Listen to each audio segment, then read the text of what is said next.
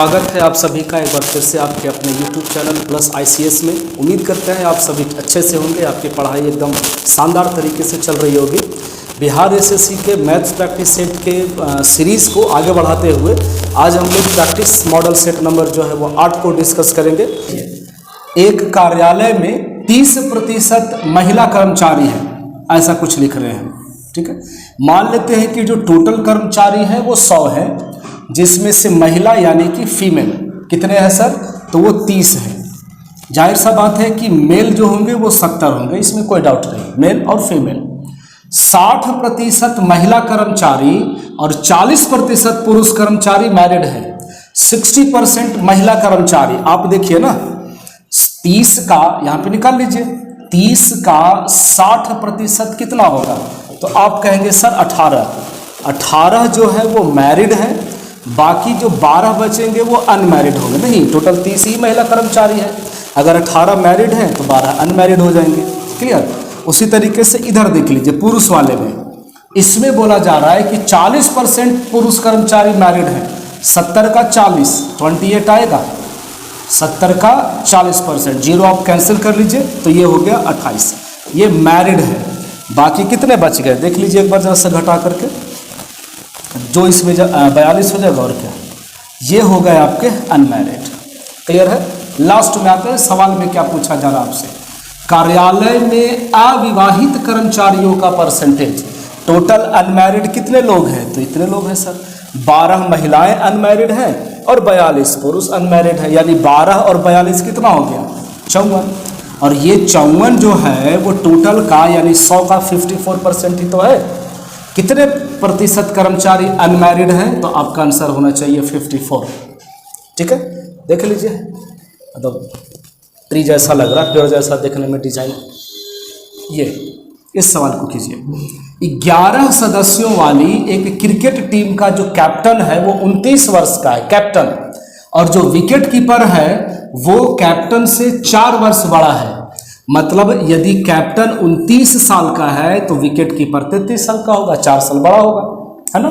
यदि इन दोनों के एज को हटा दिया जाए, कप्तान और विकेट कीपर की आयु को छोड़ दिया जाए, तो बाकी खिलाड़ियों का जो एवरेज है वो टोटल एवरेज से 2 साल कम हो जाता है। आपसे पूरे टीम का औसत आयु पूछा जा रहा है।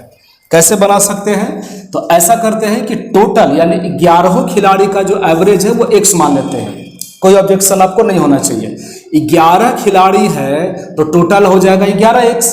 नहीं, अगर आप एवरेज को x मानते हैं और टोटल 11 खिलाड़ी है तो मल्टीप्लाई तो करना पड़ेगा ना टोटल एज निकालने के लिए। इसमें से यदि हम कैप्टन यानी 29 और विकेट कीपर के एज को माइनस कर दें तो बाकी कितने लोग बचेंगे? तो आप कहेंगे सर 9 लोग, और इन 9 लोगों का जो एवरेज है वो टोटल से 2 साल कम है। टोटल हमने x माना था, उससे 2 साल कम है। ठीक है, चलिए टोटल एज इधर और इधर बराबर हो गया। अब बोलिए 11x माइनस कितना हो गया? 9 3 12, यह तो 62 बराबर 9 में x से गुना कर लीजिए और 9 दूना 18। 9x को जब आप अंदर लाते हैं, 11 में से 9 जाएगा तो 2x बचेगा, बराबर में उधर कैलकुलेशन देख लीजिए -18, और ये माइनस उधर चला जाएगा तो ऐसा हो जाएगा प्लस में। 62 में से 18 जाएगा, आप घटा के देख लेते हैं, देख लीजिए सॉरी, तो ये हो जाएगा आपका 44। क्लियर है? बस हो गया और क्या। 2x बराबर 44 है तो x बराबर क्या आएगा? 22 वर्ष आएगा। हमने पूरे खिलाड़ियों का, पूरे टीम का जो एवरेज है वो कितना माना था? x वर्ष, और x का वैल्यू कितना आ गया? 22। अब से पूछा जा रहा है टीम की औसत आयु 22 वर्ष। ठीक है, देखिए कुछ सवाल x मान करके भी बनते हैं, सारे सवाल को करने का अलग अलग तरीका है। ये देखिए अच्छा सवाल है इंस्टॉलमेंट के ऊपर में। एक महिला जो है वो 25,220 रुपया उधार लेती है, फिर 1 साल के बाद, 2 साल के बाद, 3 साल के बाद वो 3 इंस्टॉलमेंट में, कंपाउंड इंटरेस्ट है, साफ है, देख लीजिए, पैसा वो चुका देती है। क्लियर? एकदम आराम से समझिएगा, समझ में आएगा आपको। जब भी कंपाउंड इंटरेस्ट का सवाल हो, इंस्टॉलमेंट का सवाल हो, कैसे बनाते हैं? 5%, रेट ऑफ इंटरेस्ट 5% है। जब हम इसको डिवाइड करेंगे तो ये 20 बार में कटेगा, यानी आपको ये समझना है कि 20 रुपए मूलधन पर 1 रुपए का इंटरेस्ट है। 20 रुपए के मूलधन पे 1 रुपए का ब्याज है, तो 20 वाला कितना हो जाएगा 21, और ये 21 क्या है मिश्रधन। जब भी इंस्टॉलमेंट का सवाल हो ना तो ऐसे बनाया जाता है, पहला इंस्टॉलमेंट है तो पावर 1, दूसरा इंस्टॉलमेंट रहेगा तो पावर 2, 3 इंस्टॉलमेंट है तो पावर 3, ऐसा ये तरीका है सॉल्व करने का। ठीक है, एक बार इसको देख लीजिए, इसको एक बार देख लीजिए। ओके सॉरी, तो ऐसा करते हैं। ठीक है, इसको हम हटा रहे हैं, ऐसे ही तरीका है, पहला इंस्टॉलमेंट, दूसरा इंस्टॉलमेंट, तीसरा इंस्टॉलमेंट। क्लियर है, पावर 1, पावर 2, पावर 3। तो पहला इंस्टॉलमेंट के कारण 20 वाला 21 हो जाएगा। ठीक है, पावर 2 होने के कारण ये 400, ये 441 हो जाएगा। पावर 3 होने के कारण ये 8000 और ये 9261 हो जाएगा। ठीक है जी, ओके। अच्छा, ये इंस्टॉलमेंट है, ये जो भी आप देख रहे हैं ना राइट साइड में, ये इंस्टॉलमेंट है यानी किस्त है, और हर इंस्टॉलमेंट का वैल्यू बराबर होता है, चाहे वो सिंपल इंटरेस्ट हो या कंपाउंड इंटरेस्ट हो, तो इंस्टॉलमेंट आपको बराबर करना पड़ेगा। अब आप बात को समझ रहे होंगे कि ये 9261 है यानी 21 पर पावर 3 है, और ये 21 पर पावर 2 है, इसमें 21 से गुना कर दीजिए, इसमें 21 पर पावर 2 से गुना कर दीजिए, बराबर हो जाएगा। ठीक है, थोड़ा तो गुना करना पड़ेगा। 441 में अगर आप इधर 20 से गुना करते हैं तो 1 0 तो आ ही जाएगा, ये हो गया आपका 8820। नो प्रॉब्लम, बिल्कुल। ये एक 441 में 21 से गुना करिएगा तो ये पक्का 9261 होगा। 21 चको 84 पर 00 जाएगा, ये हो गया 9261। लास्ट में तो कुछ गुना करना है नहीं। जरूर ध्यान में रखेंगे कि इंस्टॉलमेंट हमारा बराबर होता है, इसलिए हमको बराबर करना पड़ता है। जोड़िए, ये हो गया आपका 0, ये हो गया आपका 2, ये हो गया 8 4 12, 8 3 24 और 1 25। बात को समझिए, आप बहुत अच्छे से समझिएगा। ये जो महिला है वो कितना पैसा कर्ज लेती है, 25,222। हम जरा सा जोड़ लेते हैं इसको, ये 3 हो जाएगा, 6 3 18 के 8, ये 7 और 9 3 27। एकदम अच्छे से समझ में आना चाहिए कि जो ये आप देख रहे हैं, इतना ऐसे बॉक्स बनाना नहीं है, ये जो है ना ये प्रिंसिपल है, इतना पैसा कर्ज लिया गया है। ये जो आप देख रहे हैं ये इंस्टॉलमेंट है, इतने पैसे के एवज में इतना पैसा चुकाया गया है, चूंकि रेट तो कुछ ना कुछ ब्याज तो देना है ना, तो ये मिश्रधन है। ठीक है, और बाकी अगर हम इसमें से इसको घटा लेंगे तो जो भी आएगा वो हमारा कंपाउंड इंटरेस्ट होगा। और ये जो आप देख रहे हैं यही है हमारा instalment 9261। Principal, instalment, total amount, अगर हम इतना में से इतना माइनस कर देंगे तो हमारा ब्याज निकल के आ जाएगा। तो सवाल देखिए एकदम सेम बैठ गया ना, 25,220 रुपये, 25,220 रुपये अगर हम उधार लेते हैं तो एक इंस्टॉलमेंट का वैल्यू कितना होगा, 9261। सारे इंस्टॉलमेंट बराबर होता है, तो एक ही इंस्टॉलमेंट आपसे पूछा जा रहा है, प्रत्येक किस्त का मान कितना होगा, तो आप बड़े गर्व से बोलिए 9261। ठीक है, कंपाउंड इंटरेस्ट का सवाल ऐसे ही किया जाता है। आइए बढ़ते हैं अगले सवाल की ओर। ये बनाइए, एक दुकानदार एक कैमरे के अंकित मूल्य पर 10% की छूट देता है। जो शॉपकीपर है वो कैमरे के दाम पे अंकित मूल्य पे 10% का डिस्काउंट देना चाह रहा है। उसका क्रय मूल्य 3600 है। अंकित मूल्य क्या होना चाहिए ताकि छूट देने के बाद भी उसको 20% का प्रॉफिट हो जाए। अगर आप हमारे पिछले वाले भी प्रैक्टिस सेट देखेंगे तो उसमें भी हम इस तरह का सवाल बहुत बार प्रैक्टिस करवाए हैं, और बातें दिमाग में आपकी आ जानी चाहिए, बोलते हैं ना कि एकदम फिट हो जाना चाहिए। इसीलिए कई बार सवाल को हम जानबूझ करके रिपीट करते हैं, क्योंकि यही वो सवाल है जो परीक्षा में पूछने की पॉसिबिलिटी होती है। तो पकड़ बहुत अच्छे से बनाना जरूरी है। क्या करें वो देखिए, आपसे पूछा जा रहा है अंकित मूल्य, मान लेते हैं कि अंकित मूल्य x है। ओके, ठीक है सर, तो इस पर हम डिस्काउंट देंगे, कितना प्रतिशत का डिस्काउंट देंगे, 10% का। तो कितना में बेचेंगे, 90% में बेचेंगे। ये सेलिंग प्राइस हो गया कि नहीं। अब क्या, कैमरे का क्रय मूल्य दिया हुआ है 3600, और इस पर वो दुकानदार चाहता है कि हमको 20% का प्रॉफिट हो जाए, तो ये सेलिंग प्राइस है और ये भी सेलिंग प्राइस है। बस इतना सा चीज समझना है आपको। हमने दोनों तरफ वस्तु का विक्रय मूल्य बराबर कर दिया, एक 10% छूट के बाद और दूसरा 20% लाभ पर। ठीक है, बस हो गया। परसेंट से परसेंट काट लीजिए, 30 से 3 बार में जाएगा, 30 से 4 बार में जाएगा, और 3 से 1200, और 1200 12 4 4800। यदि उस कैमरे का अंकित मूल्य 4800 रखा जाता है तो छूट देने के बाद भी उसको बेनिफिट हो जाएगा। ठीक है, आ रहा है समझ में? देख लीजिए, उम्मीद करते हैं कि बातें आपको समझ में आ रही होंगी, आप सीख पा रहे होंगे। बने रहिए हमारे साथ अंत तक।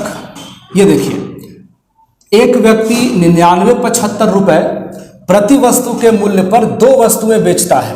बात को समझिएगा, 99.75 रुपए प्रति वस्तु के मूल्य पर 2 वस्तु बेचता है, यानी दोनों वस्तुओं का सेलिंग प्राइस बराबर है और वो इतना है।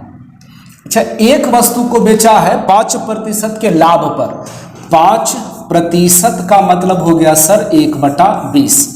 20 रुपया में 1 रुपया का लाभ लेकर के बेचा जाएगा तो 20 वाला 21 में बिकेगा, कोई ऑब्जेक्शन नहीं। दूसरी वस्तु पर 5% की हानि होती है, 20 में 1 का लॉस हो जाएगा, यानी 20 वाला सामान 19 में बिकेगा।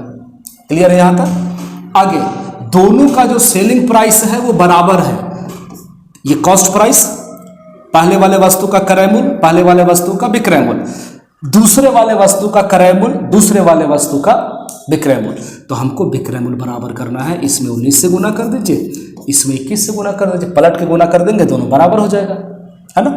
चलिए, 19 में 20 से दोनों तरफ गुना होगा, ये हो गया 338, गुना करना पड़ेगा, ये हो गया 189 और ये हो गया 21 से कम 21, 9 9 3, क्लियर, 399। ठीक है। चलिए, इधर जब 21 में 20 से गुना करेंगे तो ये हो जाएगा 420, सही है, बिल्कुल, ये हो जाएगा 399। ऐड कर लीजिए, ये तो आपका टोटल 800 हो जाएगा, और ये 9 9 18, 18 और 1 19, और ये हो गया, यानी कि 800 रुपये के वस्तु को 798 रुपया में बेचा गया है। खरीदा गया है इतना में, बेचा गया है इतना में। तो कुछ हो ना हो, इतना तो कन्फर्म आप समझ गए होंगे कि प्रॉफिट नहीं होगा, जब भी होगा तो हानि होगा। समझिएगा, एक वस्तु को कितना में बेचा गया है? 99.75। एक वस्तु को कितना में बेचा गया है? 399, है ना। 399 का वैल्यू कितना है?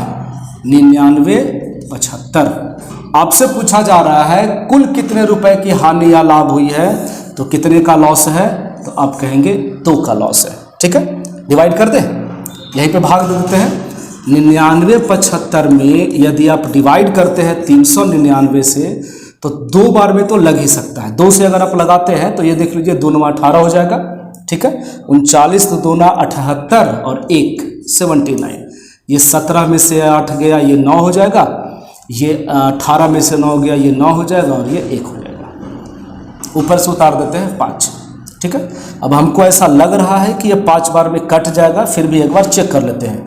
9 5 45 के 5, हाथ में बचा 4, 45 और 4 49 के 9, हाथ में 4, 15 और 4 19। ठीक है, तो कट कैंसिल हो गया, ये कट जाएगा आपका 5 बार में। ठीक है जी, 5 बार में कटने का मतलब है कि ये 2 और उसके बाद 5, ये 25 बार में लग गया, तो ये कैंसिल आउट है आपका 25 टाइम्स। 25 में 2 से गुना कर देंगे तो दुकानदार को क्या हो गया? 50 रुपए की हानि। Option number 4। ठीक है, जो भी था थोड़ा बहुत गुना था, कैलकुलेशन था। आगे बढ़ते हैं। सेलिंग प्राइस बराबर करना था तो बराबर कर दिया हमने। ये देखिए, ये भी अच्छा सवाल है। यहाँ लिख रहे हैं 8 + 2√3 बटे में 3√3 + 5 बराबर दिया हुआ है a√3 - b। आप देखिए और बताइए, इसको अभी हम नहीं लिख रहे हैं, बाद में इसको लिखेंगे। आप देखिए और बताइए, इस तरह के सवाल को आप कैसे सॉल्व करते हैं, क्या कर सकते हैं? आपके दिमाग में एक चीज आ रहा होगा कि सर क्यों ना इसको रेशनलाइज कर दिया जाए, 3√3 - 5, यहाँ भी वही चीज हो जाएगा, 3√3 - 5। ठीक है, बहुत अच्छा सोच है, रेशनलाइज ही होगा। 8 तिया 24√3, फिर 8 में गुना करेंगे 5 से तो 40 हो जाएगा। 2 में 3 से गुना कर लीजिए, 2 तिया 6, √3 में √3 से गुना होकर के हो जाएगा 3, है ना। यहाँ पर फिर से देखिए, 2√3 में यदि 3√3 से आप मल्टीप्लाई करते हैं तो 3 दूना में 6 हो गया, और √3 में √3 से गुना करेंगे तो 3। कोई भी अगर संख्या रूट में रहता है उसको से मल्टीप्लाई किया जाएगा तो रिजल्ट जो है वो वही संख्या होता है। तो 6 तिया 18 हो गया, माइनस 2 बचे 10√3। ठीक है, कोई ऑब्जेक्शन नहीं। ओके, बटे में देख लीजिए आप, बटे में a plus B into A minus B. A plus B into A minus B का फॉर्मूला आप अच्छे से जानते हैं। a plus B into A minus B बराबर क्या होता है? तो sir A square minus B square. अगर हम इसका स्क्वायर करेंगे तो आप देख लीजिए 3√3 इंटू 3√3 स्क्वायर करिएगा तो यही ना होगा। तो 3 में 3 से गुना हो गया तो 9 हो गया, √3 में √3 से गुना हो गया तो 3 हो गया, 9 तो 27। क्लियर? 27 माइनस बी स्क्वायर यानी 5 का स्क्वायर, 5 में 5 से गुना करेंगे 25। ठीक है, तो हम तो कहते हैं कि इतना लिखना जरूरी नहीं है, डायरेक्ट इसको 2 कर देते हैं। ये आपका फाइनली 2 हो गया, ये फॉर्मूला लिखा हुआ है। अब क्या करें? 24√3 में से 10√3 जाएगा 14√3। ओके, ये माइनस है और ये प्लस है, तो 40 में से 18 जाएगा 22 बचेगा। ये बटे में 2 है। आपको साफ दिख रहा होगा कि हम 2 कॉमन कर सकते हैं, है ना? अगर हम 2 कॉमन करेंगे तो ये हो जाएगा 7√3 माइनस 11, और ये बराबर था किसके? a√3 माइनस b के। फाइनली यहाँ तक आ गए। अब समझिए बात को, दोनों तरफ कंपैरिजन करके देखिए।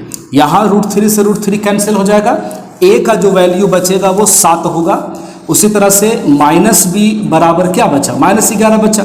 -11 बराबर -b बराबर -11, तो ये कैंसिल हो जाएगा। b का वैल्यू 11, a बराबर 7 है, b बराबर 11 है। हमसे वैल्यू पूछा जा रहा है a प्लस b का वैल्यू। a प्लस b बोले तो 7 और 11 18। ठीक है, जो भी हो एकदम तोड़ करके एकदम आराम से सलीके से आपको बताया जा रहा है, ताकि एक एक चीज़ को आप समझ सके। अगर आप पहली बार देख रहे हो वीडियो या पहले से जानते हो, फिर भी आपको बातें अच्छे से समझ में आनी चाहिए। एकदम स्टेप वाइज बारी से तोड़ा गया है, इससे ज़्यादा क्या हम लोग एक्सप्लेन कर सकते हैं। ठीक है, चलिए आगे बढ़ते हैं अगले सवाल की ओर।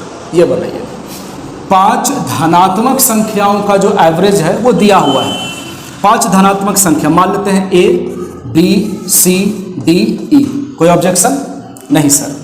यदि पहली संख्या जो है वो अंतिम 4 संख्याओं के जोड़ का, एवरेज का नहीं, जोड़ का 3/4 है। समझ रहे हैं? ये और ये में कंपैरिजन है कि जो पहली संख्या है वो अंतिम 4 संख्याओं का 3/4 है। ठीक है, और वो भी में जोड़ का, एवरेज का नहीं, जोड़ का। आपसे पूछा जा रहा है अंतिम 4 संख्याओं का एवरेज। अंतिम 4 संख्या 4 बटे में क्या हो जाएगा? टोटल 7, गुना में कितना हो जाएगा? कहाँ गया? 56। ठीक है, क्या यहाँ से सही होगा?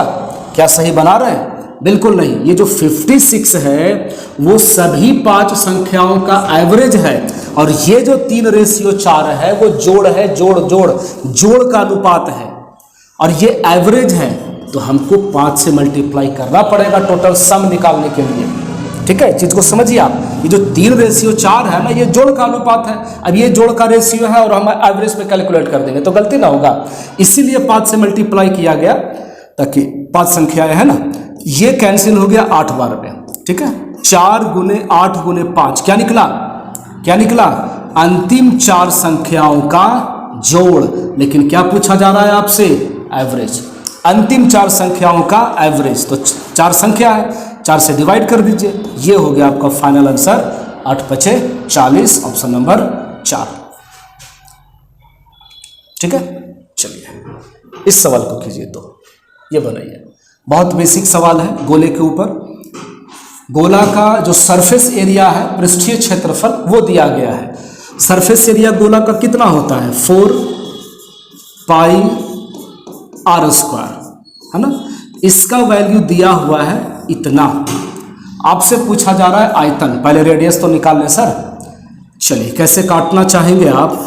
अगर इसको 22 से काटते हैं तो 22 से 6 बार में जाएगा 132, बचेगा 6, है ना? 66, 22 × 66, ये कट गया आपका।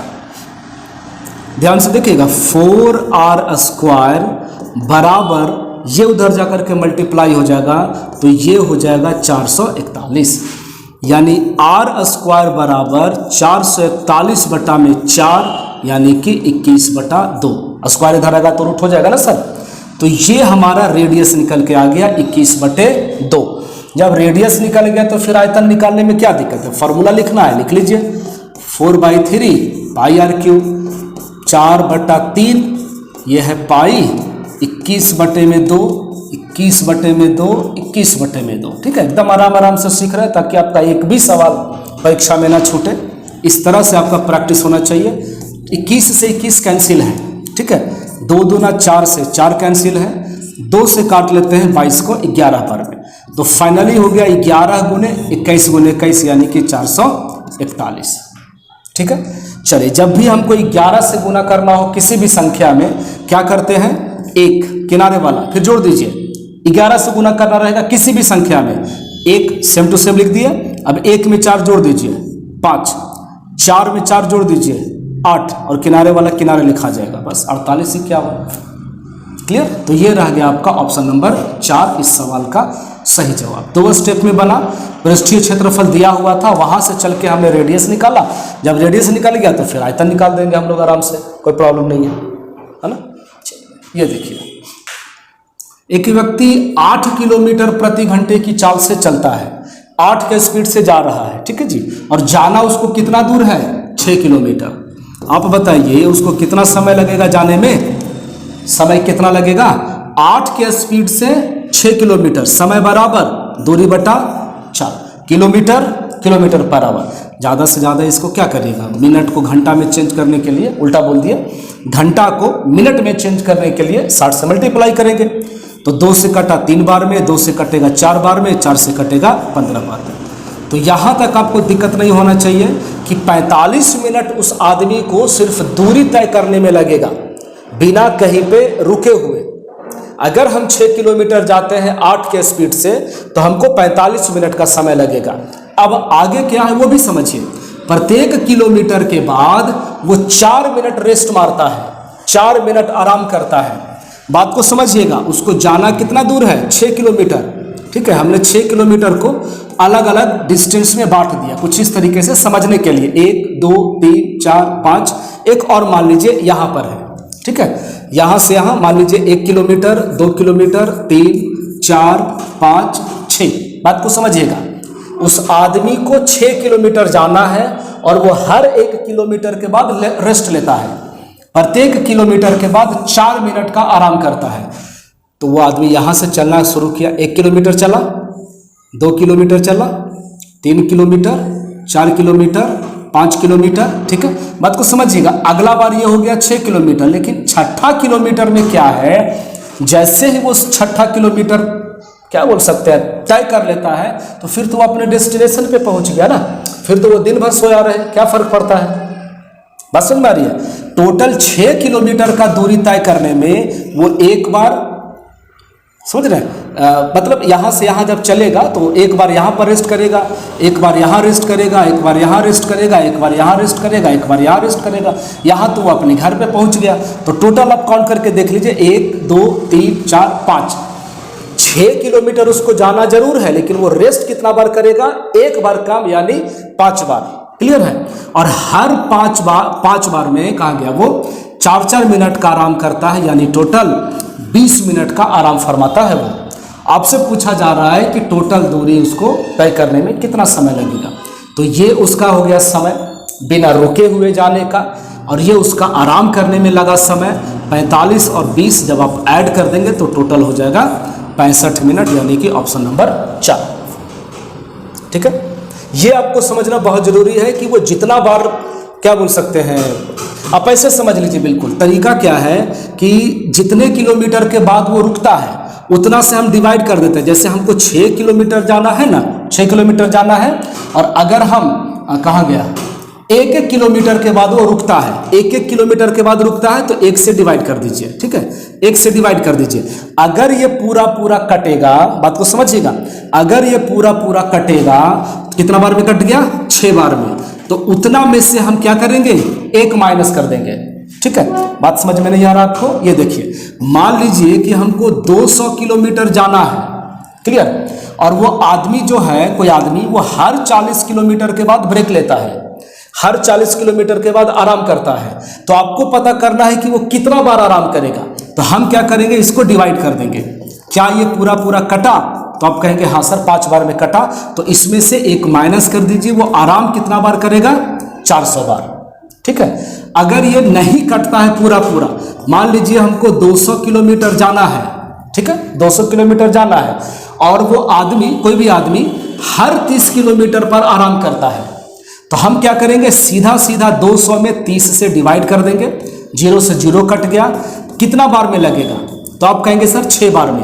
तो जो पूर्ण संख्या होता है कि कितना बार में वो भाग पड़ा, उतना बार वो आदमी क्या करेगा, रेस्ट करेगा। ये चीज एकदम समझ में आनी चाहिए। अगर वो पूरा पूरा कट गया तो 1 माइनस कर दीजिए, और अगर वो पूरा पूरा डिवाइड नहीं हुआ तो जितना बार में वो भाग लगता है ना, उतना बार वो आराम करेगा। इस स्थिति में वो आदमी 4 बार आराम करेगा और इस स्थिति में वो आदमी 6 बार आराम करेगा। ठीक है, चलिए उम्मीद करते हैं कि अब थोड़ा बहुत बात समझ में आया होगा। तो वही हो गया, टोटल टाइम ऐड कर देने पर 65 मिनट हो जाएगा, 65 मिनट का आंसर है। आइए ये सवाल कीजिए। 42 मीटर व्यास वाले ठोस शीशे के गोले से इसको पिघला करके हमको 3 सेंटीमीटर व्यास वाला गोली बनाना है, बस सीधा सा सवाल है, सीधा सा जवाब होगा। बड़े वाले का आयतन है ना, बड़े गोले का आयतन बटे में छोटे गोले का आयतन। जब भी आपसे संख्या पूछे कि कुल मिलाकर के कितने गोले बनेंगे, कितने शंकु बनेंगे, कितने है ना घन बनेंगे, तो बड़ा वाला आयतन ऊपर में रखा जाता है और छोटा वाला आयतन नीचे में रखा जाता है। बस बड़ा वाला आयतन कैसे, 4/3 पाई, बड़ा वाला का व्यास देख लीजिए आप कितना है, 42, तो रेडियस कितना हो जाएगा, 21, 21, 21, कोई ऑब्जेक्शन नहीं। बटे में छोटा वाला का आयतन है, तो छोटा गोली, फॉर्मूला तो गोले वाला ही लगेगा, है ना, 4/3 पाई, इसका व्यास देख लीजिए 3 सेंटीमीटर है, तो ये कितना हो जाएगा, 3/2, 3/2, 3/2। ठीक है, कहीं पे कोई कन्फ्यूजन नहीं, 4/3 पाई सब कैंसिल हो जाएगा पूरा का पूरा। फाइनली देख लीजिए ऊपर में क्या है, यहाँ पे लिखे, ऊपर में हो गया 21 गुना में 21 गुना में 21, और ये जो आप देख रहे हैं ये मल्टीप्लाई होकर के ऊपर चला जाएगा, 2 दूना 4, 4 दूना में 8, बटा में कितना बच गया, 3 गुना में 3 गुना में 3। क्लियर है, काट लीजिए इसको, ये 7 बार में जाएगा, ये भी 7 बार में जाएगा, ये भी 7 बार में जाएगा।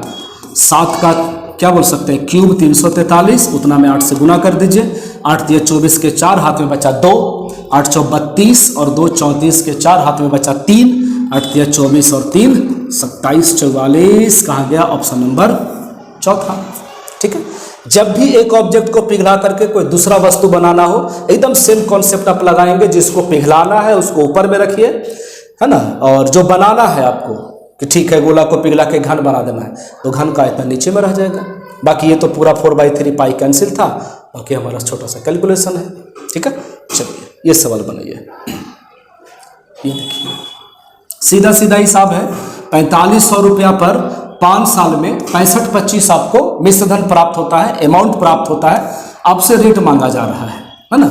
रेट बराबर क्या फॉर्मूला आप नहीं जानते, ब्याज गुना में 100 बटा में मूलधन गुना में समय, खत्म। आप बताइए कि 4500 वाला 65-25 हो जाता है, तो ब्याज कितने का मिलेगा, तो 20-25 का। ब्याज गुना में 100 बटा में मूलधन 4500 और गुना में प्रिंट, ये समय कितना है, 5 साल है। बताइए कितना टाइम लगेगा सॉल्व करने में। 2 0 से 2 0 कट जाएगा, 5 से इसको काट लीजिए, है ना, 5 से इसको काटिए, 5 चक्को 20, 0 5 5 25, 45 से ये कट जाएगा 9 बार में, पक्का 9 बार में कटेगा, आप चेक कर सकते हैं। तो ये हमारा आंसर हो गया, ऑप्शन नंबर 4। ठीक है, बस ये फॉर्मूला हमको ध्यान में रखना, रेट बराबर मूलधन ब्याज गुना में 100 बटा मूलधन गुने समय। 4500 रुपया बढ़ करके 65-25 हो रहा है, ये मूलधन है, ये मिश्रधन है, तो माइनस कर देंगे, 20-25 रुपया आपका ब्याज निकल के आएगा। क्लियर है, ओके। ये सवाल देखिए, 1/15, क्या हम 15 को 3 गुना में 5 लिख सकते हैं, 35 को हम 5 गुना में 7 लिख सकते हैं, 63 को 7 गुना में 9 लिख सकते हैं। ठीक है, जब इतना आ गए हैं तो और आगे थोड़ा सा लिखिए लीजिए। 99 को 9 गुने 11 लिख सकते हैं और 143 को 11 गुने 13 लिख सकते हैं। ये सीरीज का सवाल है, इस तरीके से आप देख लीजिए। जब भी ऐसा आपको दिखे डिफरेंस बराबर का हो, कितने का अंतर है, 2 का, है ना, अंतर बराबर का हो, अंतर बराबर का हो, कैसे बनाते हैं वो देखिए। 1 बटे में 1 बटा में कॉमन डिफरेंस इनटू 1 बटा फर्स्ट टर्म माइनस में 1 बटा लास्ट टर्म, ये बनाने का तरीका है। कितने का अंतर दिख रहा है आपको? 5, 7, 9, 11, 2 का अंतर है, तो ये हो गया 1/2 इंटू 1 बटा, ये फर्स्ट टर्म रहेगा, ये फर्स्ट टर्म होगा 1/3 माइनस ये लास्ट टर्म हो जाएगा 1/13। क्लियर है? 1/2 इंटू, भिन्न का घटाव बना रहे हैं आप, 3 और 13 का एलसीएम 39 हो जाएगा। 39 में 3 से भागा देंगे 13 माइनस 39 में 13 से भागा देंगे 3 में 1 से गुना करेंगे 3। दिख पा रहा है आपको? चलिए इसको रखते हैं ब्रैकेट में ही। 1/2 इंटू 10 बटा में 39, तो ये जो 10 है वो 2 से कट जाएगा 5 बार में, फाइनल आंसर हो जाएगा 5/39। ठीक है, ये फॉर्मूला आप याद रखिएगा। बहुत बड़े बड़े सीरीज के सवाल जो है आप आराम से बना सकते हैं। 1 बटा में अंतर, कॉमन डिफरेंस इसको बोलते हैं। पहला पद 1/3 और अंतिम पद हो जाएगा 1/13। बीच में क्या है? माइनस है, बाकी हल्का सा सॉल्यूशन है। ठीक है, ये देखिए आपसे पूछा जा रहा है मैक्सिमम लेंथ क्या होगा जिसके मदद से हम ये और ये प्लस में ये लंबाई को पूरा माप सके। इस तरीके का सवाल आपको भी पता है, महत्तम निकाला जाता है 4 मीटर 20 सेंटीमीटर, यानी कि 420 सेंटीमीटर हो गया। 31 मीटर 50 सेंटीमीटर, यानी कि ये हो गया 3150 सेंटीमीटर। 14 मीटर 70 सेंटीमीटर, ये हो गया 1470 सेंटीमीटर। ठीक है, कौन सा लेंथ होगा मैक्सिमम, बड़ा से बड़ा, वो जो तीनों को डिवाइड कर सके, ऐसा समझिए आप। वो बड़ी से बड़ी संख्या कौन सी होगी जो तीनों को डिवाइड कर सके पूरा। आप ऑप्शन देखिए, इस तरीके के सवाल में ऑप्शन एकदम बेस्ट तरीका है। क्या 170 कटेगा? 170 से डिवाइड होगा? नहीं होगा। क्या 190 से डिवाइड होगा? देख लीजिए आप, नहीं होगा। क्या 165 से होगा? नहीं होगा। 270 से कटेगा ये 2 बार में, 270 से ये कट जाएगा 15 बार में, 270 से ये भी कट जाएगा आपका 7 बार में। तो मैक्सिमम लेंथ कितना पॉसिबल है? 210 सेंटीमीटर संभव है, जो कि तीनों को डिवाइड कर सकता है पूरा। ठीक है, तो हमारा तरीका होता है इन तीनों संख्याओं का HCF। तो हम HCF ना निकाल करके हम लोग ऑप्शन से देख लेते हैं कि कौन कौन डिवाइड हो रहा है। ठीक है, चलिए एक सवाल और है, ये देख लीजिए। x माइनस वाई का 15% जो है वो बराबर है x प्लस वाई का 9% के बराबर। ठीक है, कंफर्म।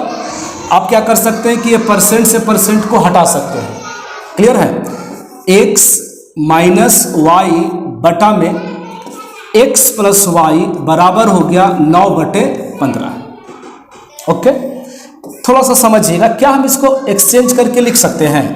क्या हम इसको पलट के लिख सकते हैं? x प्लस वाई बटा में x माइनस वाई बराबर कितना हो जाएगा? 15/9। अब आपके पास यहाँ से 2 रास्ते हैं, आप चाहें तो क्रॉस करके भी निकाल सकते हैं, तिरछे से गुना करके, और नहीं तो फिर C and D लगा दीजिए। x बटा वाई बराबर क्या बताया गया है आपको? बहुत बार बताए हैं, 15 में 9 से गुना, एक बार जोड़ दिया जाता है, माफ कीजिएगा। फिर से x प्लस वाई बटा x माइनस वाई दिया हुआ है। x बटा वाई बराबर क्या होगा? एक बार दोनों को जोड़ दीजिए, तब 15 और 9 24। एक बार दोनों को घटा दीजिए तो क्या हो गया? 6। 15 में से 9 जाएगा 6। आप काट भी सकते हैं, छोड़ भी सकते हैं, कोई फर्क नहीं पड़ता। x का वैल्यू 4 है, y का वैल्यू 1 है। आपसे लास्ट में पूछा जा रहा है कि y जो है वो x का कितना प्रतिशत है? y जो है वो x का कितना प्रतिशत है? यानी 1 जो है वो 4 का कितना परसेंट है? आप खुद कहेंगे सर ये तो 25% के बराबर है ना। 1 जो है वो 4 का कितना परसेंट है? 25% के बराबर है। क्लियर? उम्मीद करते हैं कि आपको आज का सेशन ठीक लगा होगा। अगर सच में आपको पसंद आ रहा है, आपको कुछ सीखने को मिल रहा है, तो चैनल को सब्सक्राइब करें, अपने दोस्तों को बताएं। बाकी रेगुलर वीडियो हम आपके लिए इसी तरीके से लाते रहेंगे। पढ़ते रहिए, प्रैक्टिस करते रहिए। मिलते हैं अगले वीडियो में, तब तक के लिए बहुत बहुत धन्यवाद। Thank you.